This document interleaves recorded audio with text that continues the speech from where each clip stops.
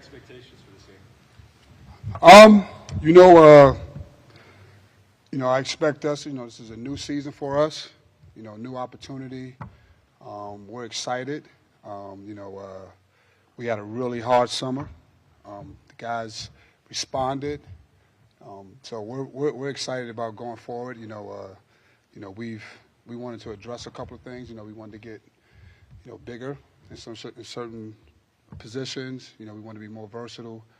So to answer your question, we look to really compete on every possession this year on the defensive end, and then offensively looking to move the ball and share the ball, and just play with a lot of passion and joy. We're excited. This group has really put the work in this summer. They responded, so we're looking forward to the season. I know you wanted to play with pace this year a lot. Just what are some of the specific things you guys did throughout the summer to get everyone's bodies prepared for that?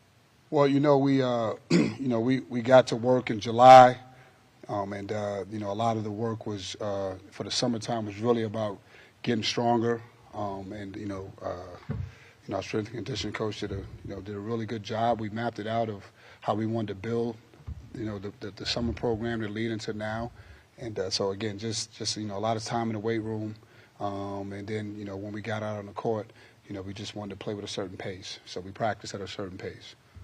Adrian, what are reasonable expectations for time? I was a freshman. I mean, I wasn't as heralded as he was, but I never like to cap or say what to expect for freshmen. He's talented. He's a very good freshman. I mean, he's a very good basketball player, talented offensively. So again, we expect him to come in and contribute. On both sides of the floor. He's a guy that can score the ball on all three levels for sure. And continue to progress like most freshmen on the defensive end and help us. Adrian, you changed sort of the composition of your center. From last year you had a big guy. This year you have a couple of quicker guys and one unfit guy. But I mean, why did you decide you wanted to go a different way with your center? Well, with the freshman class coming in and just the way the game is played, I wanted to change that position because it's a big position. It's almost like almost like a quarterback, so to speak. We always talk about the point guard, but I think in new era basketball, having that 5-man or that center spot that can move and can direct offense and pass and protect the rim, that's what I really wanted to address. So that's why we went in that direction. Coach, speaking of new era basketball, it seems now that margin of victory is something that's considered in an NCAA resume. So how do you approach the early season games? Are you able to tinker with the lineups as much as in years past? Did you have to really try to win those games as much as you can with an experiment? I think what you said at the end. I think if you get a big lead in today's game, you just gotta keep playing. It's the way it is now. The game has changed. That's why it's so hard to make the tournament. Because of the numbers and how everything kind of shifts. So if you get a lead, you can't you just can't mess with a lead. You got to try to win by as many points as you can.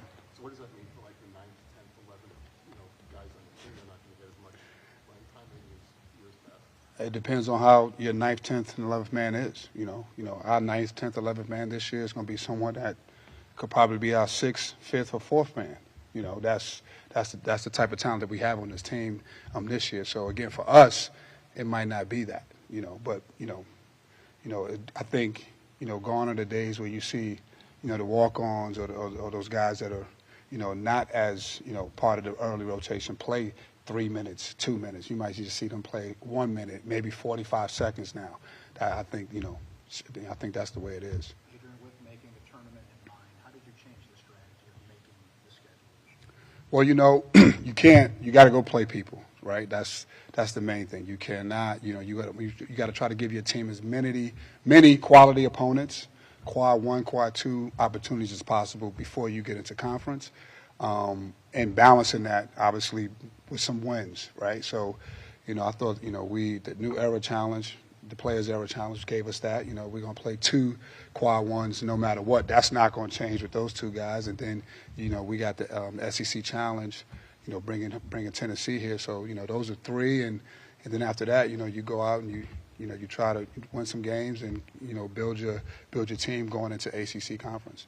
The depth and the type of players you have, is this like the first roster that you've got that really is going to allow you to implement the system that you've been talking about for the last 2.5 years? I think with this roster right here, so far, again, my first year, I thought we had that type of team with the speed, and then obviously Naheem gets hurt, and then last year the same thing with JJ and Donnie. So again, if everybody holds up, I would say this is the team that with no injuries that we could really try to get after people and get up and down and really try to play deep into my bench.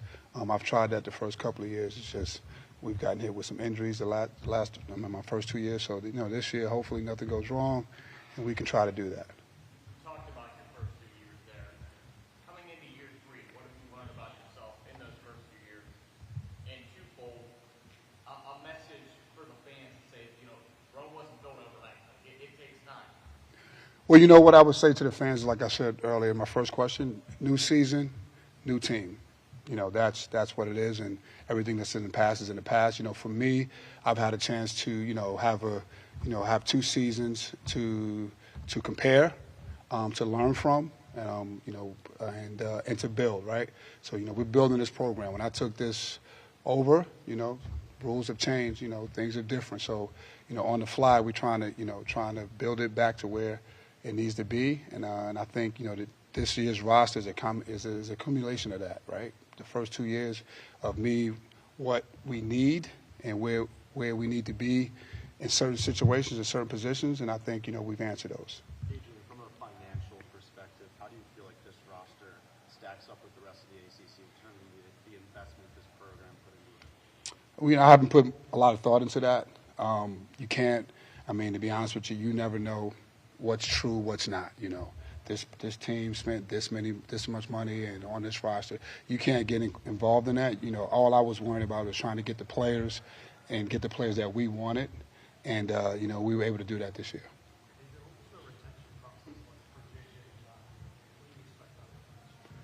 I thought JJ and Donnie,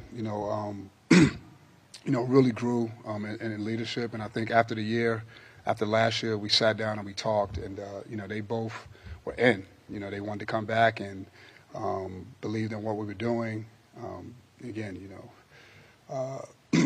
And once we got them back in, they were part of the process of recruiting. Once we went into the portal, they were very much involved in it. We told them the type of players that we wanted to go get, and in particular the players. So they were very involved in that process, and I thought that helped. And I think that helped them grow as leaders as well.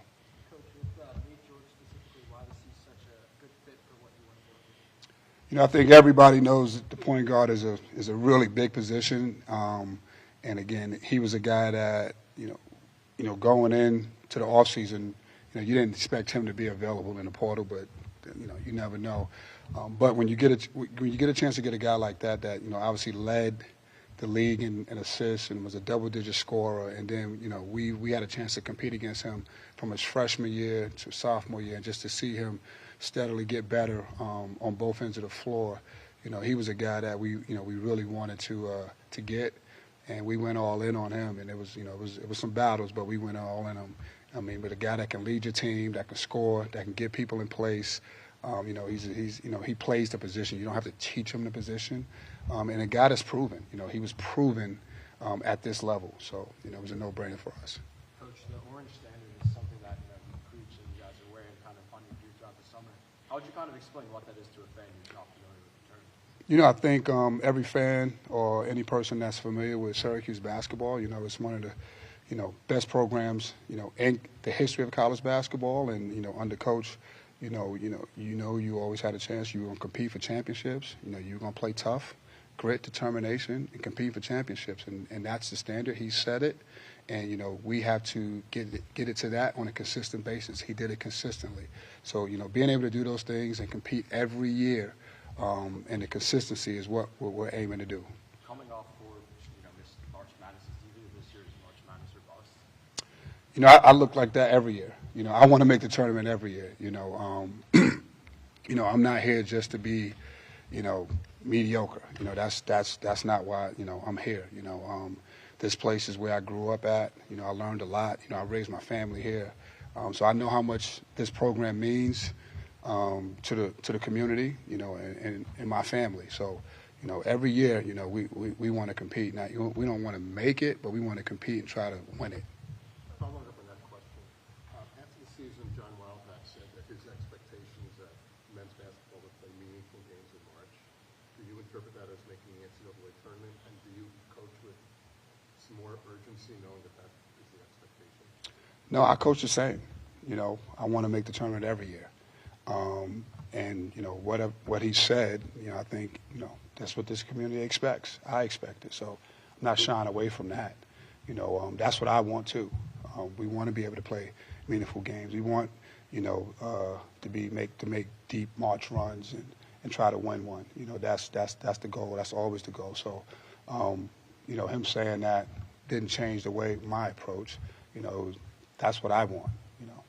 When you look at last year specifically, you know, what changes do you think? Is it on court changes? What needs to change this year to turn this from a 14 to 19 team to a team that'll play? One, we need to be healthy the whole year. Can't lose our two best players, right? Just can't. Two, I thought, you know, I knew we needed to get bigger, more positional size, and get a little bit more quicker. You know, versatile is the word that we've used. We went out, and I think we've gotten bigger in our guards. We've gotten bigger in our wings. That was the things that I wanted to address and do. So I think those two will help us. And then being able to go and get, you know, the players that we felt with the group that we could build around would fit with JJ and Donnie. And any of that stylistic changes as far as like offense, defense, like need to improve or changes that you see, or is it, you know, fit the system? I mean, I think the system, the way we play, everyone that we bring in, you know, I think those with the positional size and the quickness and the athleticism, you know, I think those will help us improve, especially on the defensive end. You know, and that's where we need to grow a lot, and we've worked a lot on that this summer. You know, offensively, you know, even with last year's struggles in that, we still, you know, we scored enough points. We just, you know, couldn't stop anybody, and we turned the ball over a lot this year. I mean, last year. So, you know, again, you know, we're older. You know, we got experienced guards. You know, so you know, I think, you know, we've been able to answer those with the additions the people that we brought in. So the depth on this year's team, especially too, looking at the versatility of some of the players, to give you different possibilities for lineups. What do you use to determine different combinations and who plays with who? Are you a guy that relies on metrics, or is it what you see in practice or in games? It's a little bit of both. You know, you try to, you know, especially with this year, with this year's team, you know, especially these two exhibition games, we're going to try to really get a look at, you know, different lineups because of the versatility. You know, we can move guys around. You know, I think this is a team, you know, that its depth is going to be the reason why we can play at the level that we need to and compete. So, you know, you want to look at that as a coach and make sure you're uncovering every type of lineup that may possibly be out there. And sometimes you don't even see it, so we do rely on analytics and data from practice, and obviously we have a couple of games in the exhibition to kind of, you know, add to that and move forward with that, with those types of combinations. The fun question about defense used to be zone man, right? But how is it now that you get better on defense? How do you kind of inject that commitment in this team be better defensively? Well, you know, when you return your two leaders in JJ and Donnie, and you know they understand that we got to improve on that end. The buy-in was there. Not to say that the buy-in is not there. Defense is one of the hardest things. You know, I think for any coach to really get everyone, you know, moving in unison and you know, understand that and understand how important it is, because you know everyone, offense. You know, I think this group is a mature group. I think our perimeter, like I said, our perimeter guys have been through some wars. They understand how important that is, and that's the initial, you know, part of our defense. So I think, you know, we've gotten better there, you know, just through experience and the buy-in and, you know, everyone understanding, what we want to do, we have to be able to get better on that end of the floor. Avery, you talked a lot about JJ and Don, but you have a ton of new guys, so many new faces and new personalities, et cetera. From the time they got to campus until now, what kinds of things have you done to sort of, get team chemistry and where you want it to be and get trust among those guys? We've done some things off the court. We've done some simple things, and then we've had some people come in and do some workshops and really spend time with each other, trying to get to know each other outside of the court and understand each other. So we put a lot of time in off the court, not on the court, but off the court, and like I said, some team bonding things, or whether it was just dinner or movies or bowling. But then we have some people come in and do some workshops with our team. Coach, is it any different coaching the son of the Syracuse legend as opposed to someone else on the roster? The one thing about Cayenne and Carmelo's been great. He lets me coach, and he's just a parent. He hasn't. I don't think of it like that. Obviously, it's out there, and people are excited about it. And thankfully, he's ready. He just has to continue to get better, like most freshmen. But the one thing about Cayenne is that going through the process, what I was just really impressed is that he wanted to forge his own way. Like he was really dead set on forging his own way, and he is his own person, and and it's been fun. It's been fun coaching him.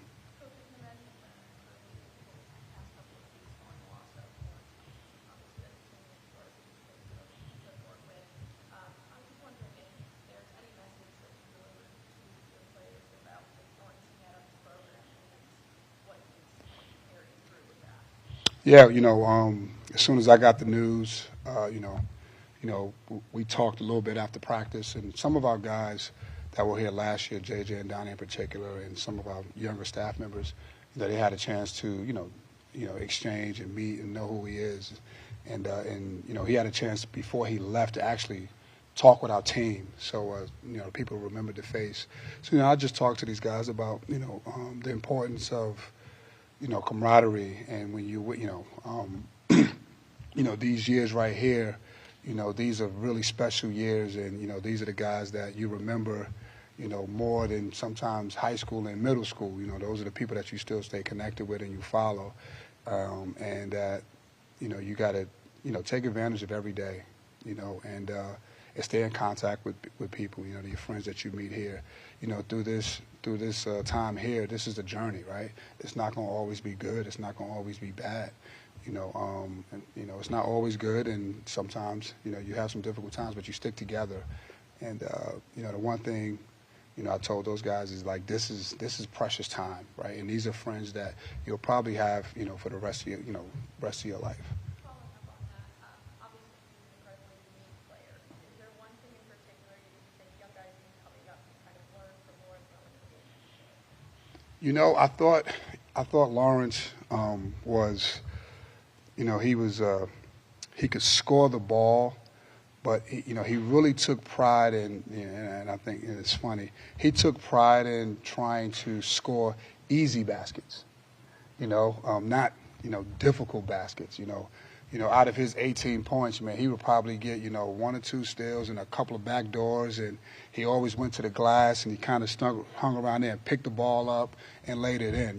He was, and I think in today's game, I think that's something that is missing. Being able to play without the ball, and move without the ball, and he was positionless, right? Like everybody, when he was coming up, like, what is he? Is he a guard? Is he a forward? He was just a basketball player. I think that was the one thing I would say. He would find a way to get some easy baskets, and I think young guys need to really look into that, moving without the ball and finding easy ways to get baskets, and not sometimes taking the highlight shots, so to speak. Donnie played in only those 14 games last year, and really his last 4 or 5 he was starting early. But how much different kind of a player is he now than the kid we saw last year second early? I think Donnie has grown a lot. Like you said, he had 14 games, and he had a chance to watch the rest of the season. And I think some people would see it that traveled with us. My staff, Coach Brendan, Coach Griff, they were always showing him film, even when he was out. So we kept him engaged that way. The same way we did with JJ when he was out. And I think, I know when JJ came back, he saw the game a little bit differently. So I think, that experience, playing the games and being able to learn, and now he's healthy, I think that's the difference. I think he has a better understanding of kind of what's going on now. Coach, you talked about obviously building around JJ and Don. Just on a personal level, what did it mean to you to know those two are committed to you and the future? It meant a lot. Again, all these guys trust us and believe in us, and they all have opportunities at the end of the year. So whenever you can get players like the status of a JJ and a Donnie to say they want to come back and they believe in it, it means a lot. It means that we're all on the same bus moving in the same direction, and they believe in us. And so that meant a lot. I think it means a lot to every coach now in today's world. Where they have, each year they can move, and again, who wouldn't want a J.J. Starling, who wouldn't want a Donnie Freeman on their roster this year, again, two big-time players, so, it meant a lot. You talked a lot about transition defense last year. Obviously, personnel changes are part of it, but what steps do you think you guys have taken as a staff and as a roster to improve on that from last year? I think our positional size will help. I think our athleticism and speed will help that. We got guys that can really change the ends of the floor. Everyone that we put on the floor, they can get up and down the floor. So the speed and the size, I think, will help with that. Time for two more. You talked about defense. How impactful a defender do you envision Sadiq sort of being? Sadiq is, he has that, that mentality that you need to be, one of the better defenders in college basketball. To be honest with you, 6'8", he's long, he can move his feet, but he has a toughness about him. So again, we're excited for what he brings on that end of the floor, But he's not just a defender. He's a very good offensive player. He can pass it. He can share it. He sees things. But his tenacity is what really gets us, gets us excited about what he can bring. And he has the right mindset to impact, especially on that side of the basketball. With JJ and Donnie, I guess, how did you find out there? Was it like a meeting, or just how'd you find out? I talk to him every day, But no, it was meetings. You sit down and you talk with them, and you talk with their families, and and that's what we did. We had a great line of communication all throughout the process, and so that was really the process. Thanks, everybody. Thank you. This team pick.